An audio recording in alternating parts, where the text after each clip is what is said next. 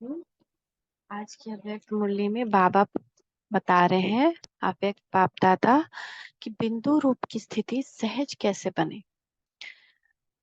तो बाबा बोलते हैं अभी जिस स्थिति में सभी जिस स्थिति में अभी बैठे हैं उसको कौन सी स्थिति कहेंगे। व्यक्त में अव्यक्त स्थिति है बाप दादा से मुलाकात करते समय बिंदु रूप की स्थिति में स्थित रह सकते हो। हर एक ने अपना अपना विचार सुनाया। बिंदु रूप की स्थिति विशेष किस समय बनती है? जब एकांत में बैठे हो या फिर चलते फिरते भी हो सकती है। अंतिम पुरुषार्थ याद का ही है, इसलिए याद की स्टेज व अनुभव को भी बुद्धि में स्पष्ट समझना आवश्यक है। बिंदु रूप की स्थिति क्या है और अव्यक्त स्थिति क्या है और दोनों का अनुभव क्या क्या है, परंतु नाम दो कहते हैं तो जरूर दोनों के अनुभव में भी अंतर होगा। चलते फिरते बिंदु रूप की स्थिति इस समय कम भी नहीं लेकिन ना के बराबर ही कहें। इसका भी अभ्यास करना चाहिए, यानी चलते फिरते हम अपने आप को बिंदु देखें, आत्मा देखें। मैं आत्मा इस शरीर में के द्वारा चल रही बिंदु। बीच बीच में 1-2 मिनट भी निकालकर इस बिंदी रूप की प्रैक्टिस करनी चाहिए। जैसे जब कोई ऐसा दिन होता है तो चलते फिरते फिर ट्रैफिक को भी रोक कर 3 मिनट साइलेंस की प्रैक्टिस कराते हैं ना। तो सारे चलते हुए कार्य को स्टॉप कर लेते हैं। आप भी कोई कार्य करते हो वह बात करते हो तो बीच बीच में इस संकल्पों की ट्रैफिक को स्टॉप करना चाहिए। 1 मिनट के लिए भी मन के संकल्प को, चाहे शरीर द्वारा चलते हुए कर्म को बीच में रोककर भी यह प्रैक्टिस करनी चाहिए। अगर ये प्रैक्टिस नहीं करेंगे तो बिंदु रूप की पावरफुल स्टेज कैसे और कब ला सकेंगे। इसीलिए यह अभ्यास करना आवश्यक है।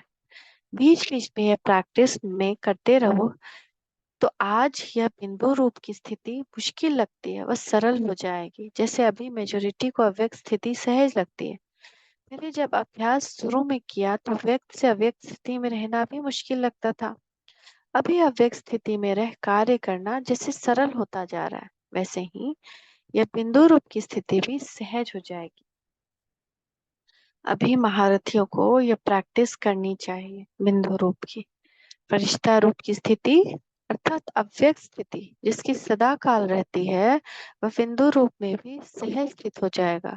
अगर अव्यक्त स्थिति नहीं रहती तो बिंदु रूप में भी स्थित होना मुश्किल लगता है। इसलिए अभी इसका भी अभ्यास करो। शुरू शुरू में अव्यक्त स्थिति का अभ्यास करने के लिए कितना एकांत में बैठ अपना व्यक्तिगत पुरुषार्थ करते थे, वैसे ही इस फाइनल स्टेज का भी पुरुषार्थ बीच बीच में समय निकाल करना चाहिए। यह है फाइनल सिद्धि की स्थिति। इस स्थिति को पहुंचने के लिए एक बात का विशेष ध्यान रखना पड़ेगा। आजकल वह गवर्नमेंट कौन सी स्कीम बनाती है, उन्हों के प्लान्स भी सफल तब होते हैं जब पहले पहले यह लक्ष्य रखते हैं कि सभी बातों में जितना हो सके इतनी बचत हो। बचत की योजना भी करते हैं ना, समय बचे, पैसे बचे, एनर्जी की बचत करना चाहते हैं।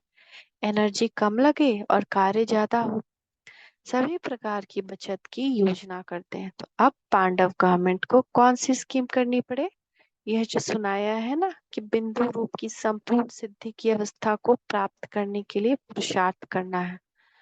अभी जिस रीति से चल रहे हैं उस हिसाब से तो सब यही कहते हैं कि बहुत बिजी रहते हैं, एकांत का समय कम मिलता है, अपनी मनन का समय भी कम मिलता है, लेकिन समय कहाँ से आएगा। दिन प्रतिदिन सर्विस भी बढ़ती जानी है और समस्याएं भी बढ़ती जानी है और ये संकल्पों की स्पीड है वह भी दिन प्रतिदिन बढ़ेगी। अब अभी 1 सेकेंड में जो 10 संकल्प करते हो उसकी डबल ट्रिपल स्पीड हो जाएगी, यानी 1 सेकेंड में 30-40 संकल्प आएंगे। जैसे आजकल जनसंख्या का हिसाब निकालते हैं ना कि एक दिन में कितनी वृद्धि होती है, यहाँ फिर यह संकल्पों की स्पीड तेज होगी। एक तरफ संकल्पों की, दूसरी तरफ इविल स्पिरिट्स यानी इविल आत्माओं की भी वृद्धि होगी। इसीलिए इसके लिए एक विशेष अटेंशन रखना पड़े जिससे सब बातों का सामना कर सकेंगे। वह यह है कि जो भी बात होती है उसको स्पष्ट समझने के लिए 2 शब्द याद रखना। एक है अंतर और दूसरा मंतर। जो भी बात होती है उसका अंतर करो कि यह यथार्थ है या यह यथार्थ है।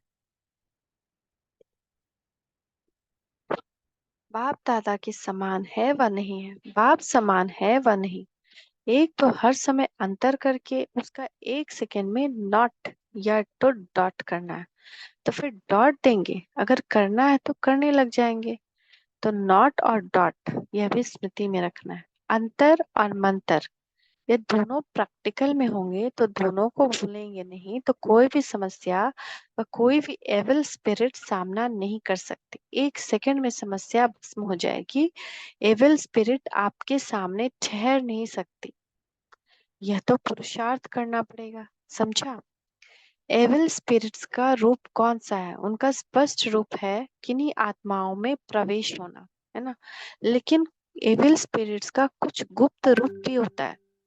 जैसे पापा कह रहे हैं कि मेनली हमको एविल स्पिरिट्स कैसे दिखाई देते कि किसी के बॉडी में प्रवेश कर गए, लेकिन उसका और भी रूप होता है। वो क्या होता है बाबा बता रहे। चलते फिरते कोई में विशेष कोई ना कोई बुरा संस्कार बिल्कुल प्रभावशाली रूप में देखने में आएगा, जिसका इफेक्ट क्या होगा कि उनका दिमाग अभी अभी एक बात और अभी अभी दूसरी बात वह भी फोर्स से कहेंगे। उनकी स्थिति भी एक ठिकाने पे टिकी हुई नहीं होगी। वह अपने को भी परेशान करते हैं और दूसरों को भी परेशान करेंगे। स्पष्ट रूप में जो इविल स्पिरिट आती है उसको परख कर उससे किनारा करना सहज है, लेकिन आप लोगों के सामने स्पष्ट रूप में कम आएगी, गुप्त रूप में बहुत आएगी। हम लोगों के सामने एविल स्पिरिट्स गुप्त रूप में आएगी, पता ही नहीं चलेगा। कभी वो अच्छे बन जाएंगे और कभी बहुत तमाशा करना शुरू कर देंगे। उनके अंदर की वो बुराई जो है बहुत ज्यादा बढ़ जाएगी। स्पष्ट रूप में जो एविल स्पिरिट्स आती हैं उसको परख कर उनसे किराना करना सहज है, लेकिन आप लोगों के सामने स्पष्ट रूप से कम आएगी, गुप्त रूप से ज्यादा है। जिसको आप लोग साधारण शब्द में कहते हो कि पता नहीं उनका दिमाग कुछ पागल सा लगता है ना। कोई कोई अचानक से तमाशा करना शुरू कर दिया, कोई कोई रात ही में तमाशा करना शुरू कर दे, तो हो सकता है एविल स्पिरिट्स आकर करवाए ऐसा। पापा बता रहे हैं कि परखना जरूरी है, बहुत ये परखना मुश्किल होता है। पागल टाइप का कोई कोई आदमी करना स्टार्ट कर देगा, लेकिन उस समय उसमें ये एविल एविल अर्थात बुरे संस्कारों का फोर्स इतना हो जाता है कि वह एविल स्पिरिट्स के समान ही होती है। जिसे वो बहुत तंग करते हैं ना, वैसे ये भी बहुत तंग करते हैं। यह बहुत होने वाला है, इसलिए सुना कि अभी समय की बचत, संकल्पों की बचत और अपनी शक्ति की बचत, यह योजना बनाकर बीच बीच में उस बिंदु रूप की स्थिति को बढ़ाओ। जितना बिंदी रूप की स्थिति होगी उतना कोई भी एविल स्पिरिट्स व एविल संस्कार का फोर्स आप लोगों पर वार नहीं करेगा, और आप लोगों के शक्ति रूप ही उन्हों को मुक्त करेगा। यह भी सर्विस करनी है। जितना आप योग करेंगे ना, आपके वाइब्रेशन उस स्पिरिट्स को मुक्त करेंगे, फिर वो आकर के सताना बंद कर देगी। जैसे कभी कभी आप लोग का रात का नींद खराब ना होगा, और इससे तो एविल स्पिरिट्स को भी मुक्त करना है, क्योंकि अभी अंत के समय का भी अंत है। तो एविल स्पिरिट्स और एविल संस्कारों को भी अति में जाकर फिर उन्हों का अंत होगा। किचरा सारा बाहर निकल कर भस्म हो जाएगा। इसीलिए उन्हों का सामना करने के लिए अगर अपनी समस्याओं से ही मुक्त नहीं हुए, यानी अपने ही विकार से मुक्त नहीं हुए, तो इन समस्याओं का कैसे सामना कर सकेंगे। इसीलिए कहते हैं बचत स्कीम बनाओ, अब फालतू समय मत गवाओ और प्रैक्टिकल में लाओ, तब अपना और सर्व आत्माओं का बचाव कर सकेंगे। सिर्फ भाषण करने और समाज समझाने की सर्विस नहीं है, अभी तो सर्विस का रूप बड़ा सूक्ष्म होता जाएगा, इसलिए अपनी सूक्ष्म स्वरूप की स्थिति को बढ़ाओ। यह सभी प्रत्यक्ष होकर फिर प्रायः लोप होना है। प्रायः लोप होने के पहले प्रत्यक्ष हो, फिर प्रायः लोप होंगे। सर्विस इतनी बढ़नी है जो एक एक को 10 का कार्य करना पड़ेगा। शक्तियों की भुजाएं कितनी दिखाते हैं? भुजाओं का अर्थ है इतनी सर्विस में मददगार बनना। पांडव समझते हैं कि ये शक्तियों की ही भुजाएं हैं। पांडव को फिर क्या दिखाया है मालूम है? लंबा दिखाया है। तो यह भी पांडवों को इतना ज्यादा मददगार बनने की निशानी है। लंबा शरीर नहीं, लेकिन बुद्धि लंबी। इन्हों को आगे दौड़ना है, गोया शक्तियों का का आगे दौड़ना है, शक्तियों को आगे रखना यही इन्हों की दौड़ की निशानी है।